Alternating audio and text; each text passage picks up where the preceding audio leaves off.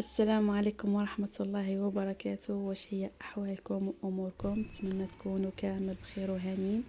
وصفتي اليوم هي حلوى بدون فرن أو الفيريرو روشي.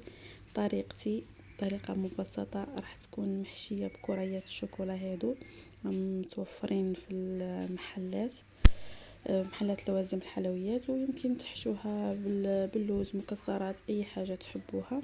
الوصفة راح تكون سهلة وسريعة، ما راح تاخذ منكم وقت.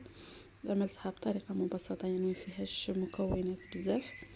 وكذلك الحشوة كما سبق وقلت لكم، هذه انا حشيتهم بهاد الكريات اللي كانوا متوفرين عندي في الدار.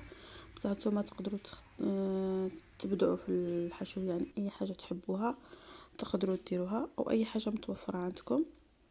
تبعوا معايا الوصفة وان شاء الله تعجبكم. هنا قصيتها باش تشوفوا كيفاش الحشو يجي كيفاش. ان شاء الله تعجبكم وتجربوها. تبعوا معايا الوصفة. هنايا خديت كمية تاع الكوفريت، انا اخترت فاني، ثم اختاروا اي نوع رحيته.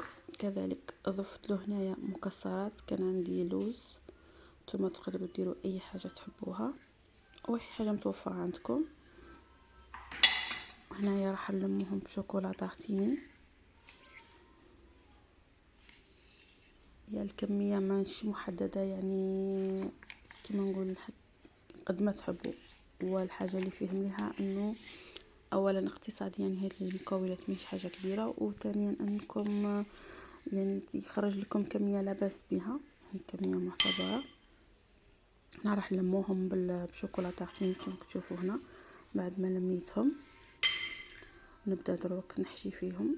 نديرو كرويات صغار ونحشيهم بهادو. كذلك تقدروا تحشوهم بالبندق، باللوز، بكاوكاو او بشوكولا كما تحبوا، يعني هذا يبقى شي اختياري لكم. ناخذ هنا كمية ونحط هذيك الكرية في الوسط ونلمها مليح. حاولوا تلموها مليح. نرجع نعطوها الشكل الدائري وضغطوا عليها جيدا هكا باش تتلم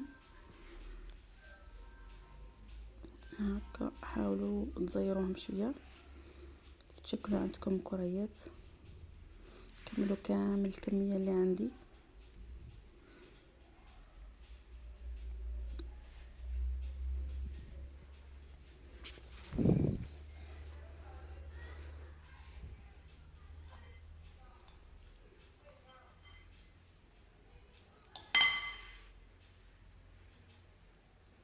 كما قلت لكم هذه الحلوى ما راحش تاخذ منكم وقت، يعني قادرين في نص ساعه تكملوها،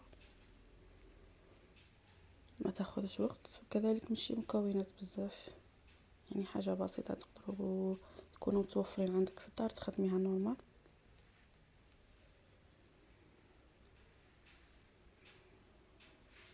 هنا بعد ما نكمل كامل الكميه اللي عندي نروح باش نقلاصيهم او ندير لهم الغلاف الفوقاني.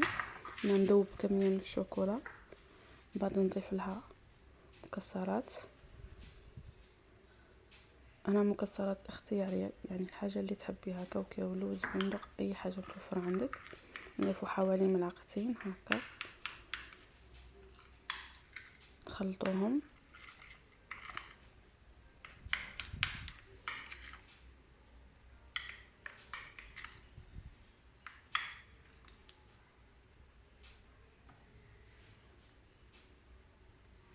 نضيفوا شويه.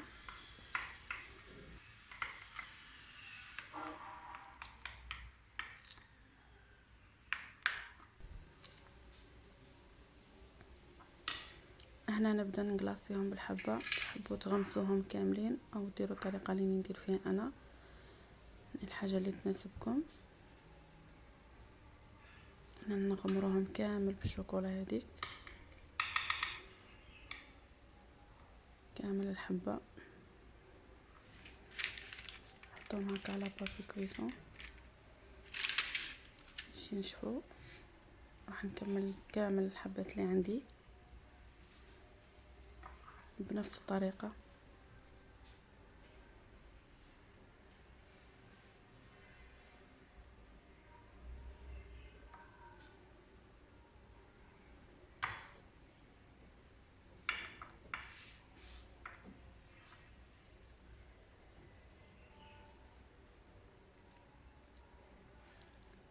كمان نقلاصي كاع الحبات.